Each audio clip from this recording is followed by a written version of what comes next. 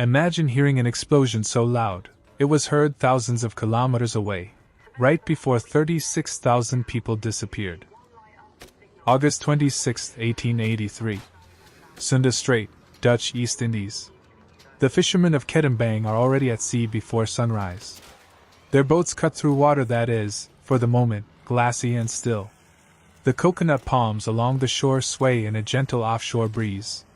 Children are sleeping. Fires are being lit for morning rice. Roosters are crowing. It looks like every other morning in the history of this place. It is not. Somewhere beneath the sea. Beneath 300 meters of ocean, beneath 2.5 miles of ancient rock, something has been building for months. Quietly. Patiently. With the focused energy of a machine that does not understand mercy. In the next 36 hours, the island of Krakatoa will detonate with the force of 10,000 Hiroshima bombs. The sound will be heard in Australia.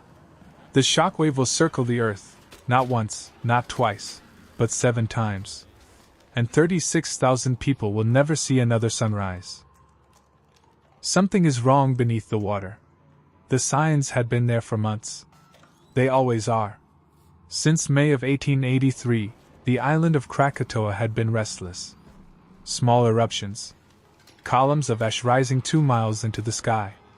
Ships passing through the Sunda Strait reported unusual lightning storms centered directly over the island. Dry storms, with no rain, born from static electricity in volcanic clouds. The Dutch colonial government had taken notice. A survey team had landed on Krakatoa in late May. They recorded steaming vents, new craters, ground temperatures that blistered the soles of their boots. They wrote their report, filed it, and returned to Batavia. No evacuation was ordered. No warning was issued to the coastal towns. For the populations of Anjer and Teluk Betung and Merak, towns of thousands, sitting barely 40 kilometers away, life continued as normal. The volcano had been rumbling for 3 months. People had grown used to the sound. Familiarity is one of the most dangerous forces in the world. By mid-August, the eruptions were becoming more frequent. Ships were rerouting.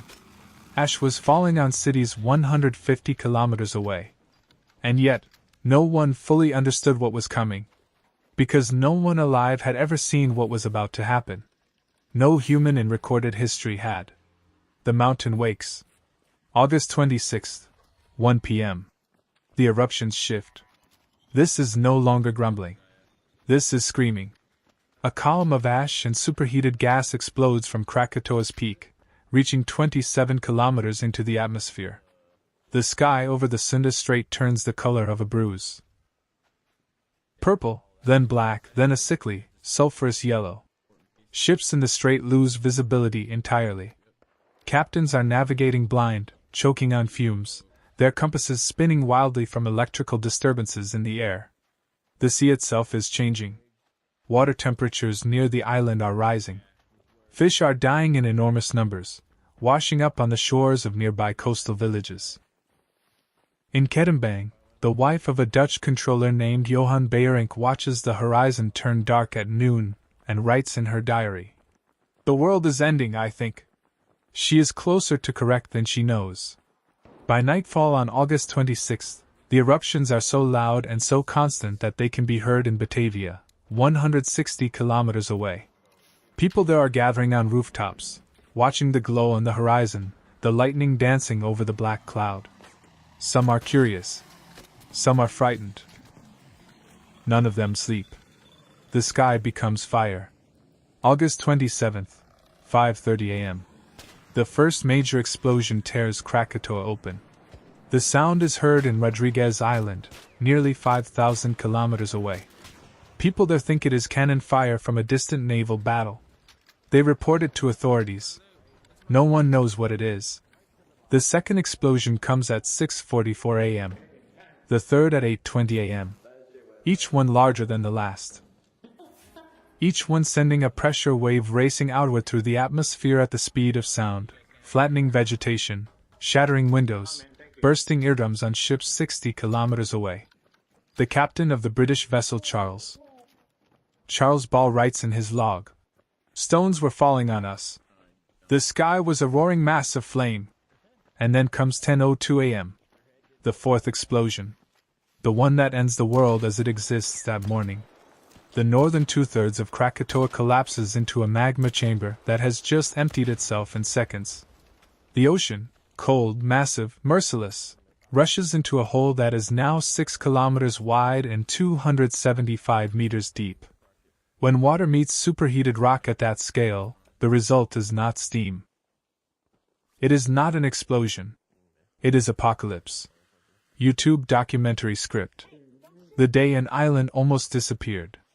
Krakatoa, Indonesia, August 27, 1883. 1. Hook. 2. Build up. 3. Escalation. 4. Impact. 5. The twist. 6. Catastrophe. 7. Human stories. 8. Aftermath. 9. Ending. The twist worse. The sea rises. Here is what the people on shore did not understand, and could not have understood, because physics at this scale had never been observed before. The collapse of Krakatoa did not just create an explosion. It created a displacement of water so enormous, so instantaneous, that it generated a series of waves, we now call them tsunamis, that began radiating outward from the point of collapse at nearly 700 kilometers per hour. The water was coming, and no one on shore had any idea. In Anjer, on the western coast of Java, people had gathered outside to watch the eruption column, some with excitement, some with dread.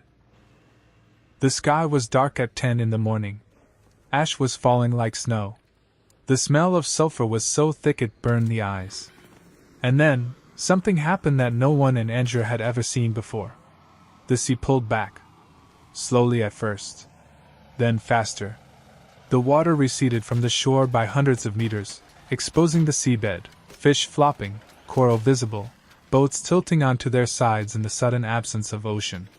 Children ran out onto the exposed seafloor to collect the stranded fish. Adults stood at the shoreline, confused. They had perhaps 3 minutes.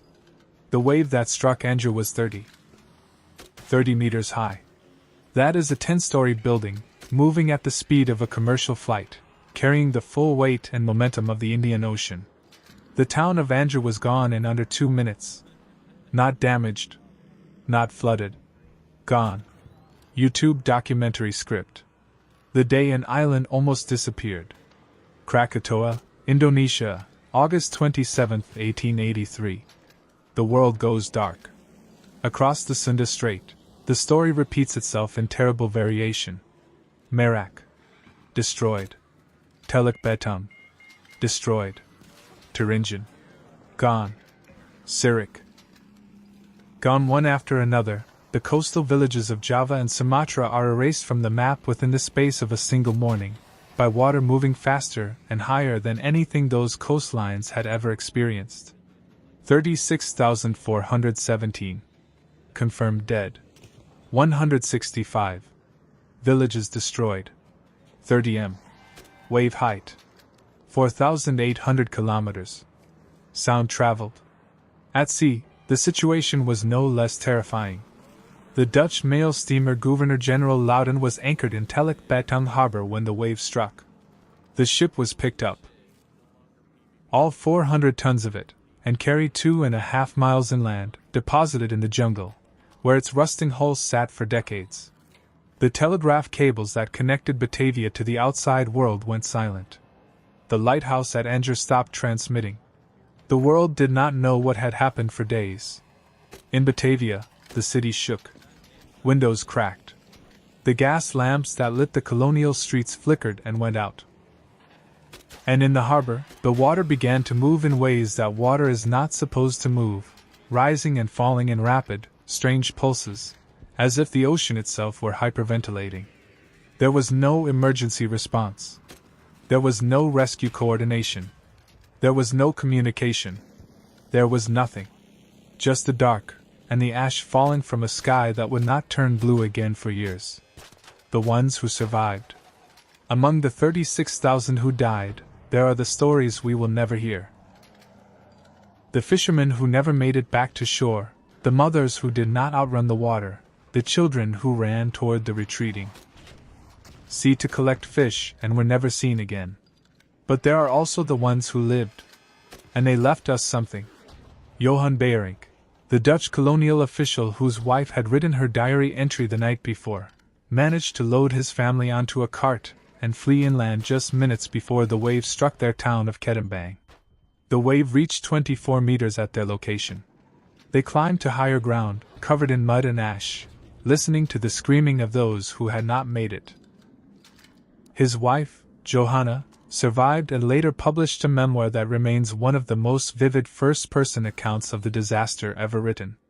She described the wave not as a wall of water, but as a black hill that moved.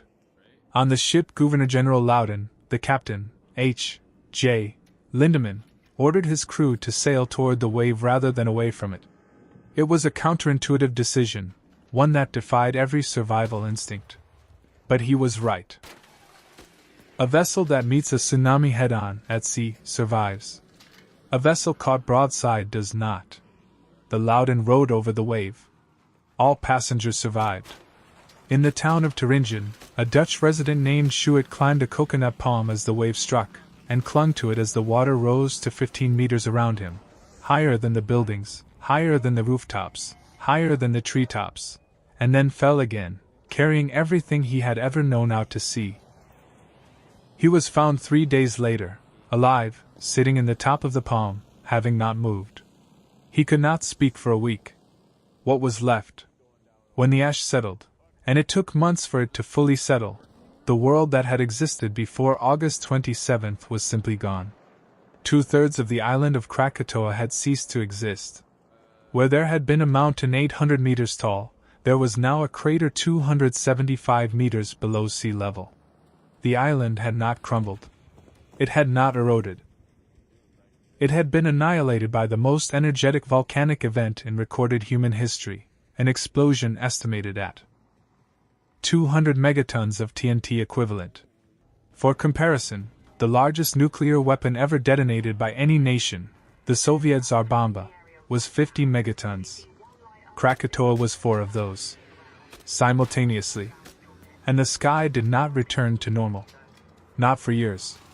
The eruption had injected so much sulfur dioxide into the stratosphere that it formed a global reflective layer, blocking sunlight. In 1884, global temperatures dropped by 1.2 degrees Celsius. Crops failed across Europe and North America.